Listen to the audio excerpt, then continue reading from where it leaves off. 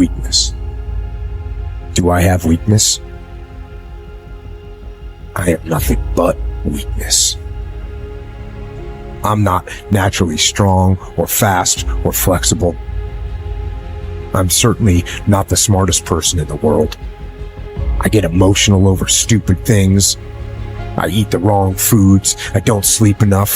I procrastinate and I waste time. I care too much about meaningless things and not enough about important things.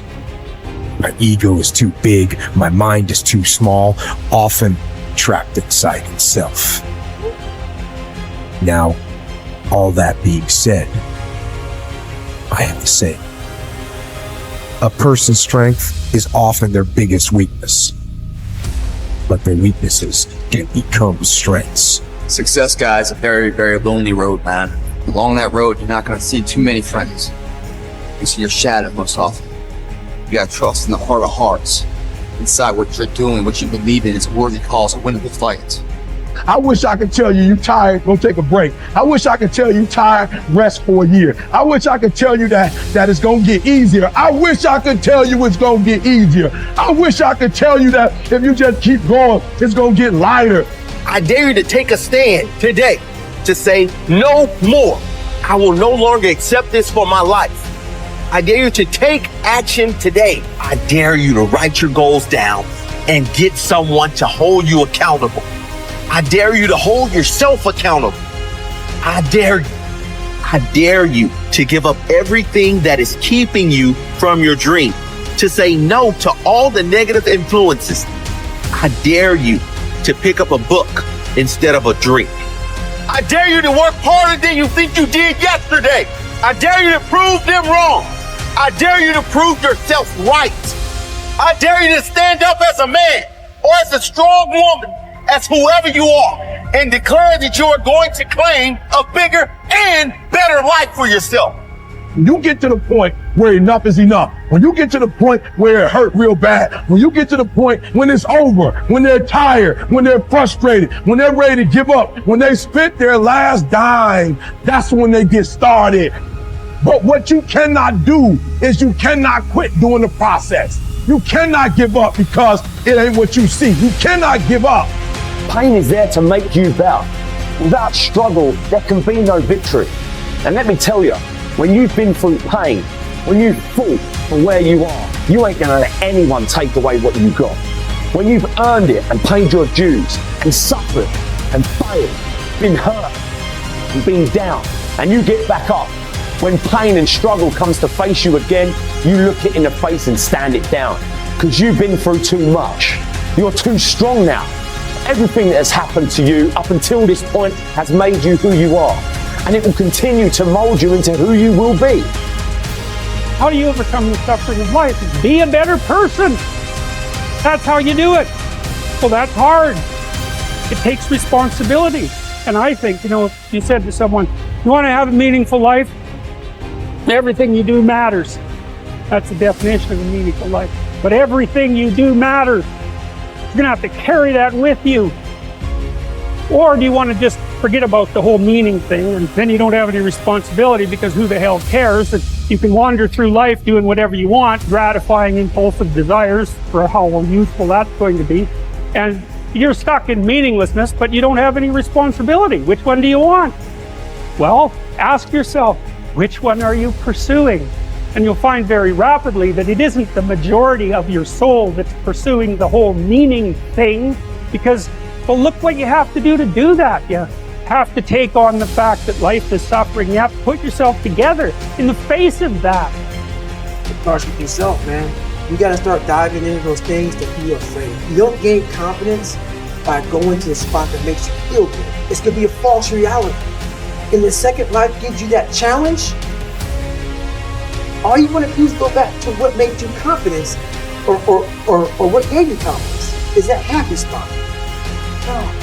What gives you confidence, what gave me confidence, was spending years at a kitchen table trying to learn how to read and write on my own. Realizing I can't learn the way you learn. I can't, but I can learn. What gives you confidence, not being afraid, is overcoming the fear.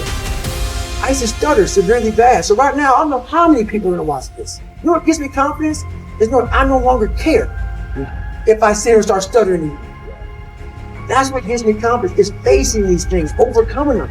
And maybe not overcoming them every day. Facing and facing and facing. Pretty soon like this, oh man, this is where it's at. It's not in that comfort zone. It's in the discomfort zone is where my confidence is getting built. That's where it's getting built. The people want they want an easier answer. There has to be an easier way. It's not. I'm sorry. I searched for it my entire life. I did. I lied. I did everything. And I still felt empty. I walk around with a backpack with all my stuff with no car. And I walk around happiest person in the world. Have nothing. Happy as hell. It's because I found out the whole key to life. It's not in my life. Have to face yourself. So many people live to be 100 years old and they die miserable, having everything because they never examine. I call it my live autopsy. You never examine this. Happiness, peace, enlightenment, all up here, man. It's all up here.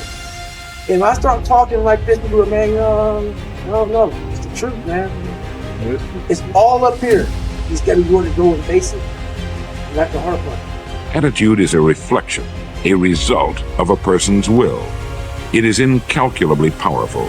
It can bring about marvelous results for us, but we need to train it patiently, day by day. Now let's talk about the attitudes of people who are successful. The top 5% of the people who go sailing through life from one success to another and who, even when they fail at something, shrug it off and head right out again.